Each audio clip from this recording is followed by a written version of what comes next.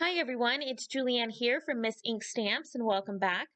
Today I'm going to be sharing this super cute Christmas mouse card. I just love this adorable mouse that was just released from Miss Ink Stamp in the Blitzened stamp set.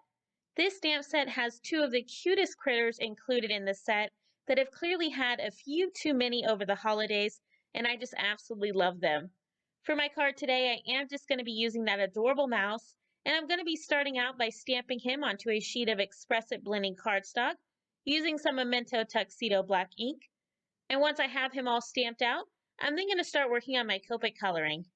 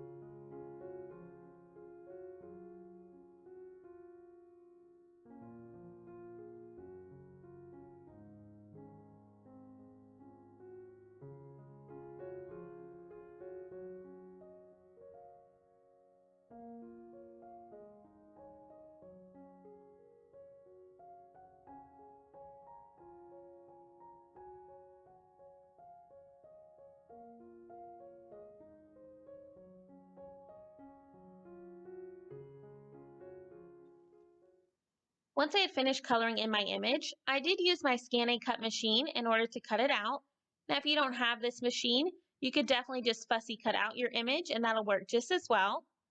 Now, you may have noticed while I was coloring that I did use lighter shades for everything that is inside of that glass, and that includes the mouse's little belly as well as part of that candy cane. And I colored those in lighter because I am going to be using glossy accents over that entire glass image. This not only will make it look like an actual glass, but it will also deepen those shades just a little once it's completely dry. So I'm going to be adding those glossy accents all over the top portion of the glass, as well as the stem and the base. And then I'm going to be setting that off to the side to completely dry, and I'm just going to start working on the rest of my card.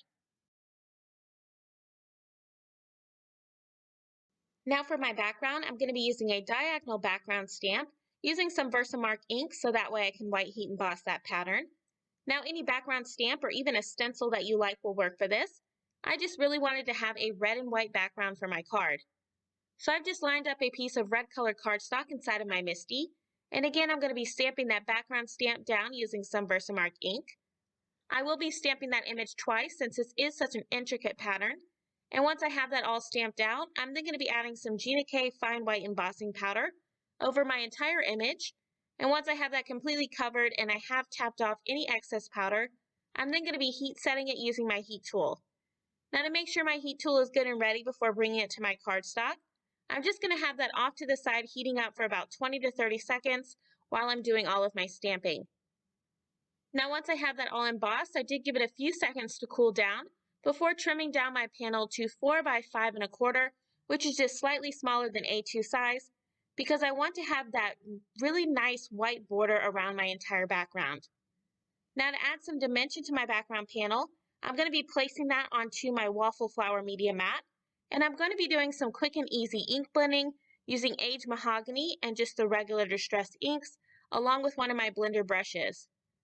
Now this is really going to deepen and darken those edges and really bring some nice dimension to my background panel. Now you can definitely choose to skip this part if you want, but I really like how it makes that pattern pop even more on my background.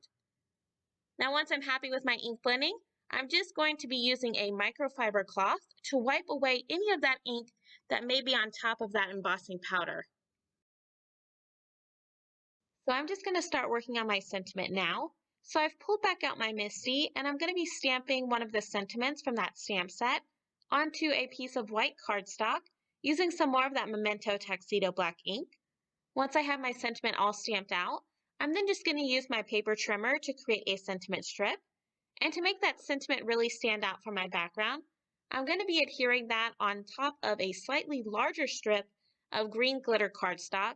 And then I will be adhering both of those directly down to my background using some liquid adhesive. Now to add some dimension to my card, I will be popping up that adorable mouse that I colored in earlier, and I will be adhering him down using some foam adhesive, just centering him onto my background panel directly above my sentiment. And then in order to finish off my card, I'm going to be scattering a bunch of some opal confetti mix sequins throughout my background. I thought they really looked like little bubbles, which I thought was super cute, but it will also help to cover up some of those blank areas where I really didn't stamp that background stamp really well. But once I have all of those adhered, that's going to complete my cute little Christmas mouse card for today. I just love how this card came out, and I just really think this image is so adorable. And I think it's the perfect card to send to a friend who maybe likes to have a few drinks during the holidays. I think it would really bring a smile to their face. If you did like this card and you liked my video, please give it a thumbs up as well as subscribe for even more card making ideas. If you're interested in any of the supplies I used, I will have them all listed and linked down below in the description box. And as always, I hope you have a wonderful day. I'll see you next time, and happy crafting!